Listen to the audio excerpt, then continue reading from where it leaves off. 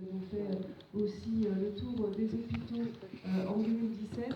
On est très préoccupé par la question de la santé dans les Côtes-d'Armor, avec aussi, concerné aussi par la situation chez nos voisins, puisque ça concerne aussi notre population.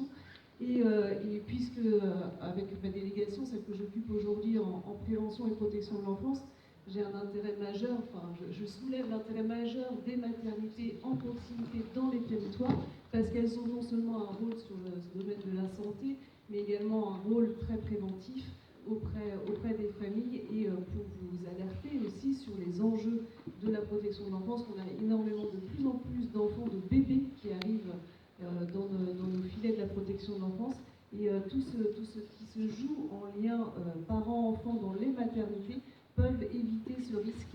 Et donc voilà, il y a un intérêt majeur, humain, de proximité, d'accès aux soins, de défendre ces services hospitaliers de santé en territoire, en proximité de là où les gens vivent et habitent.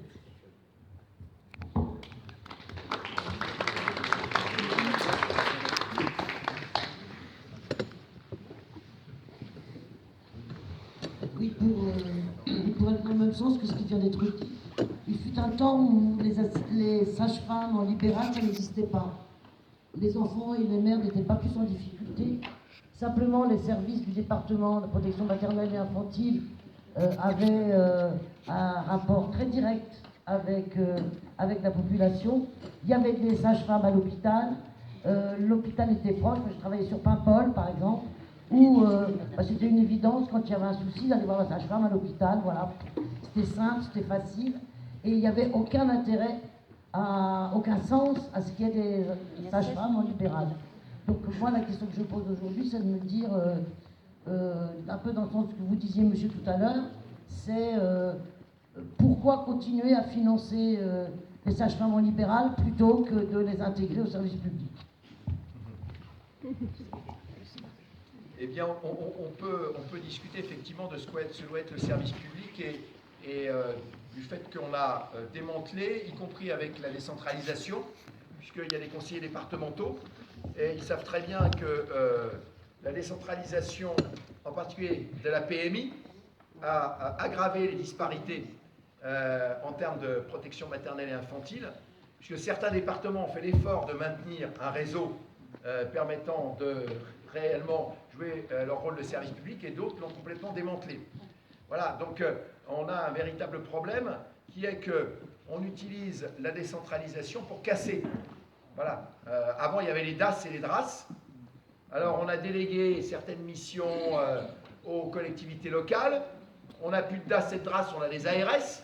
Dans des grandes régions, les délégations territoriales des ARS, ça ne sert à rien. Ils n'ont aucune responsabilité. Quand on va voir le délégué, il dit « c'est pas moi, c'est décidé à Rennes ». Donc, il y a un problème politique là. Moi, ce que j'aurais à vous proposer aujourd'hui, par expérience, vous avez la manifestation le 11. Donc, et puis il y a le 4 à Lannion, le 11 ici à Guingamp. Je pense que la semaine d'après, la semaine du 14, il serait bien de demander collectivement à être reçu à l'ARS à Rennes. Même si on ne connaît pas le nom du successeur, de toute façon, il y a la continuité de l'État. Donc, il y a un directeur adjoint. Demander à être reçu une délégation avec les élus qui peuvent être disponibles dans leur diversité, même si le département n'a pas de responsabilité directe, vous avez une responsabilité politique vis-à-vis de la population.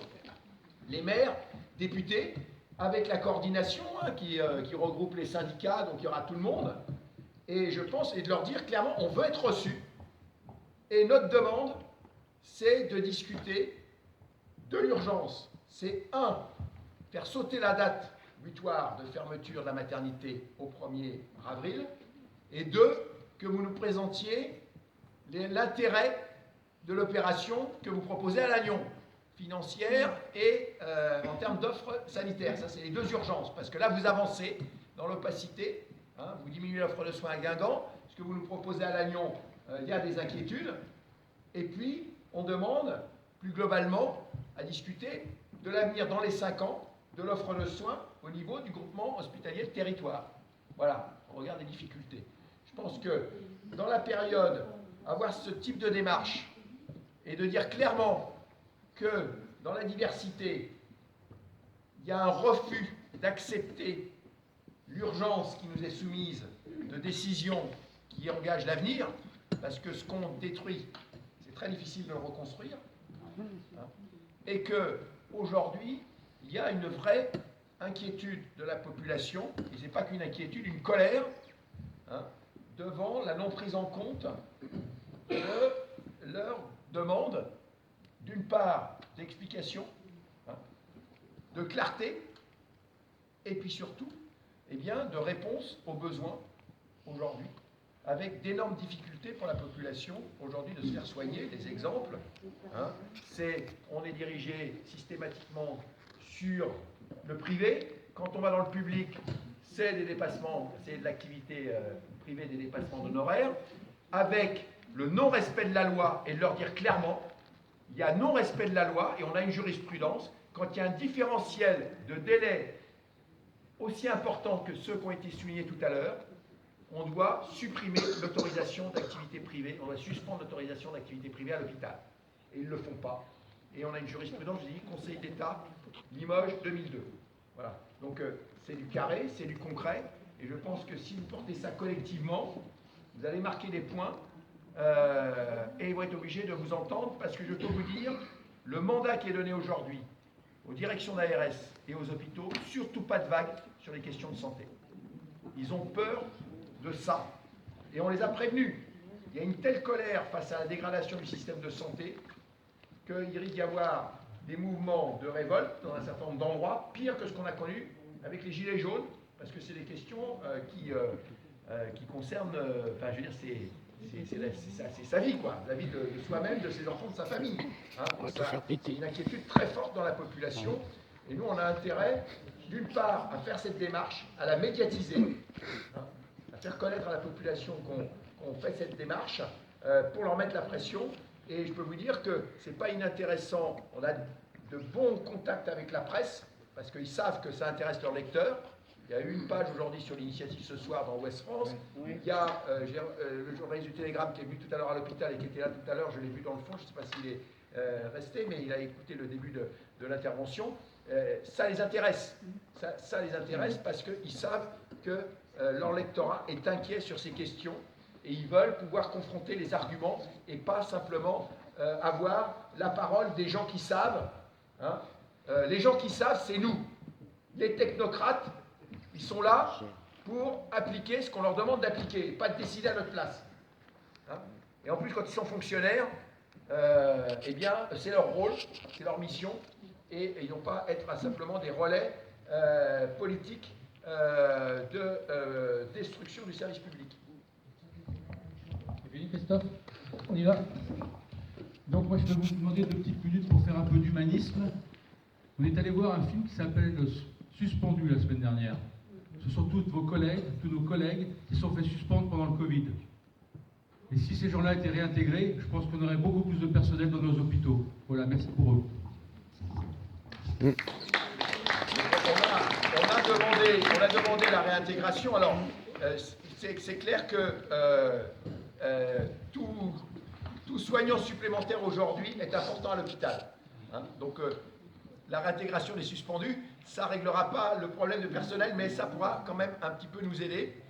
Ce d'autant qu'aujourd'hui, on ne comprend pas l'attitude autoritaire du gouvernement, qui ne veut pas reconnaître qu'on est passé à une autre période, que dans la plupart des pays aujourd'hui, l'obligation vaccinale a été levée, qu'en termes de santé publique, il n'y a aucune raison de rendre obligatoire cette vaccination pour les soignants, ou alors si on rend celle-là obligatoire pour les soignants, il faut aussi que la grippe saisonnière soit rendue obligatoire.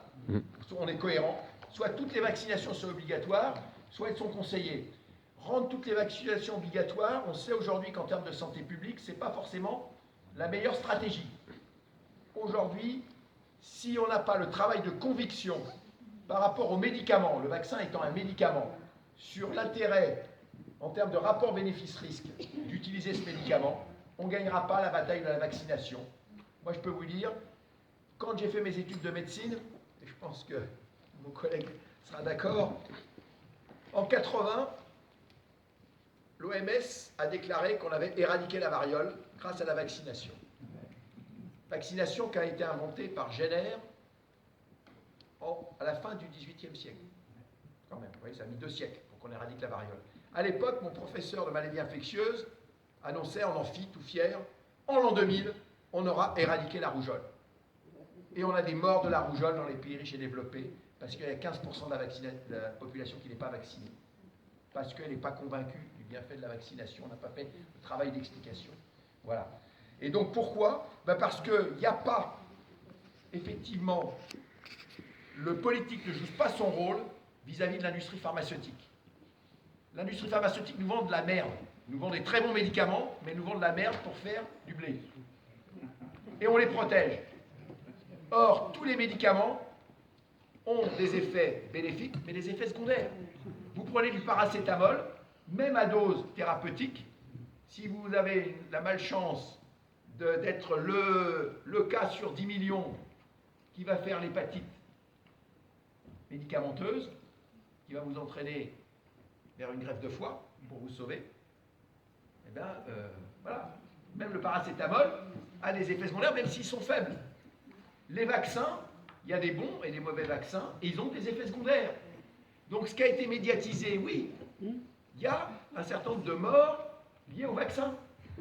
Et ce n'est pas d'aujourd'hui, quand il y a eu le premier vaccin contre la polio, il y a eu un drame aux États-Unis avec des gamins en qui on a inoculé la polio, voilà, et qui sont morts. Donc effectivement, il y a des dangers, il faut les expliquer. Voilà.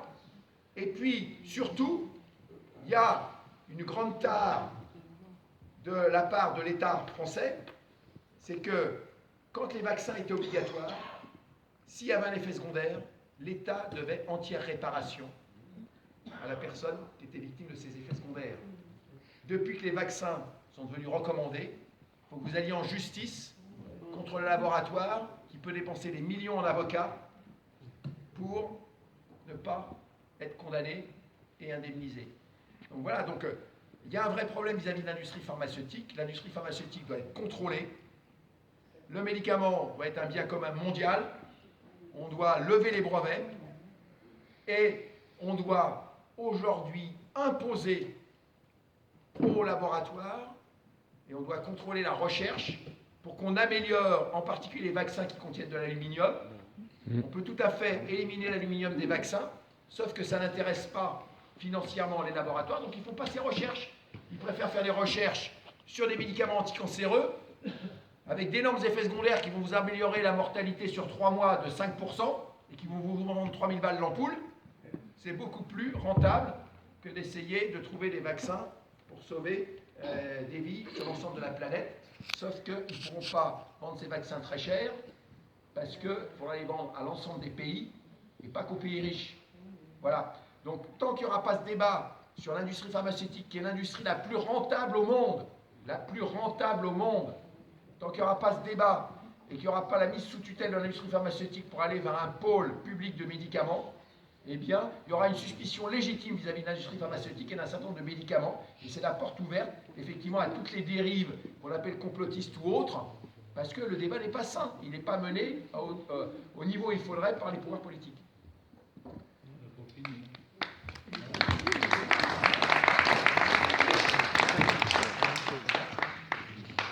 Je ne voudrais pas quitter la salle sans avoir pris la parole au moins une fois. Je m'appelle Mathieu, je suis infirmier à l'hôpital de Saint-Brieuc, mais je suis aussi là en tant que secrétaire général de l'Union départementale des Côtes-d'Armor. Moi, je voudrais revenir un petit peu sur le sujet qui nous a réunis ce soir, concernant notamment la proposition de Christophe là, de demander une audience à l'ARS le 14 février, et en même temps de rebondir aussi sur, certes, le fait qu'on puisse se féliciter d'avoir une coordination sur le Pékin-Grand qui réunisse et des usagers et des organisations syndicales. On a besoin d'un rapport de force. C'est vrai que d'aller voir l'ARS, ce sera bien joli. Qui nous écoute, ce sera une chose. Qui nous entende, ce sera différent. Mais si on n'a pas un rapport de force face à l'ARS, aux directions et aux élus qui ne portent pas les mêmes valeurs que nous, on aura quand même des difficultés. Vous voyez ce que ça donne en ce moment avec la lutte contre le projet de réforme des retraites. Et là, je vais parler un petit peu dans la CGT, c'est que c'est vrai que les mouvements le samedi, c'est une bonne chose pour les citoyens, pour les mouvements associatifs, pour les représentants des usagers. c'est pas forcément le fonctionnement de toutes les organisations syndicales qui composent cette coordination. On aura peut-être besoin, on l'a, je crois, vu aujourd'hui d'ailleurs, c'est de toucher les agents concernés des structures de soins, que ce soit Saint-Brieuc, Lannion ou Guingamp. Je crois savoir quand même qu'on a quand même des difficultés à mettre ces personnes dans la rue quand il s'agit de se battre pour nos conditions de travail, pour nos salaires et aussi pour la défense de notre service public.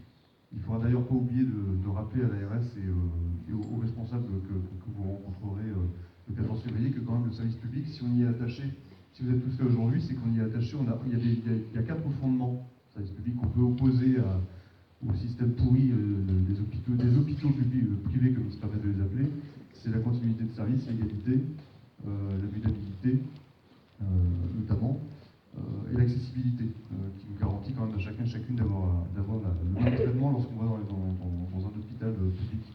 Donc on aura besoin de ce rapport de force, et je pense que c'est une difficulté, c'est un défi que nous avons depuis des années dans la santé, parce que c'est vrai que les agents sont auprès de patients, ils sont souvent réticents à porter haut et fort les revendications et à se mettre en grève littéralement et à laisser les patients dans les lits avec des services minimums. Et c'est vrai que donc on aura cette difficulté-là, mais je pense qu'il sera nécessaire quand même de travailler, de construire ce rapport de force, de construire cette mobilisation aussi des agents, parce qu'eux aussi évidemment seront directement concernés par ce qui va se passer sur notre système de santé sur le territoire de Saint-Brieuc, Guingamp et Lannion. Donc on aura besoin et des usagers, mais aussi des agents des services, des médecins, des aides-soignantes, des infirmières. Et on constate quand même que ces derniers mois, c'est plutôt la population qui se bouge, et c'est une bonne chose. Moi, je crois que les rassemblements qui se sont déroulés, les différents samedis à Guingamp, étaient de très bonnes mobilisations. Mais je ne suis pas sûr qu'il y avait tant que ça d'agents de la fonction publique hospitalière dans ces cortèges, et je pense qu'on aura besoin vraiment des deux bouts pour qu'à la fin on puisse convaincre l'ARS et les directeurs d'établissement de pencher, enfin en tout cas de nous écouter, puisqu'ils seront vraiment dérangés. Si vraiment on perturbait le fonctionnement des services hospitaliers, là je pense qu'on aurait une oreille encore plus attentive. Merci.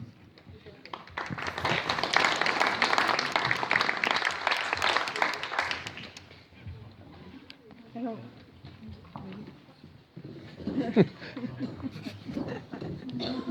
moi personnellement, je vais devoir y aller pour m'occuper de mes enfants, mais je vous laisse. Alors, je voulais juste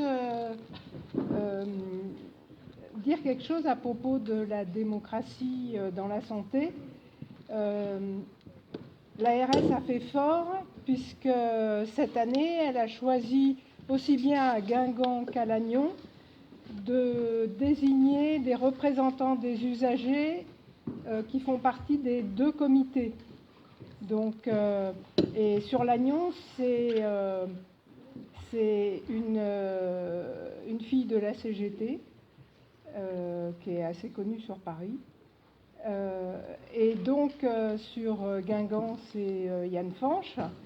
Et moi, je m'interroge quand même sur comment on peut faire pour changer cette démocratie dans les hôpitaux, puisque les personnes qui sont souvent, enfin, en grande majorité choisies, ce sont des associations de patients qui, en fin de compte, je vais dire, s'alignent devant les directeurs et font le lead et ne posent pas les questions qu'il faut en conseil de surveillance, ni en CSE, ni...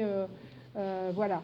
Donc, comment est-ce qu'on peut faire pour... Et puis, du coup, pour rendre public tous les documents qui font la construction de l'hôpital, donc les projets médicaux, les projets d'établissement, on les a quand on les a après qu'ils soient sortis, alors qu'on devrait faire partie de l'élaboration de ce travail. Voilà. Donc il y a un gros boulot, mais je ne sais pas comment on peut faire changer ça. Pour l'instant, ça reste très limité. Tant ce qu'on demande, c'est qu'on rétablisse de véritables conseils d'administration Donc ça commence à évoluer. On a rencontré un certain nombre de parlementaires pour que, éventuellement par voie d'amendement, on puisse revenir sur cet élément de la loi Bachelot, c'est la loi Hôpital, Patients, Santé, Territoire, qui a transformé les conseils d'administration en conseils de surveillance, qui vide de toute responsabilité cette instance. Avant, on a dit, oui, mais les élus locaux, les maires, ils défendent leur hôpital, voilà, pour les emplois, enfin bref, pour les mauvaises raisons. Donc, on leur a supprimé tout pouvoir. Donc, ça passe par une modification de la loi santé.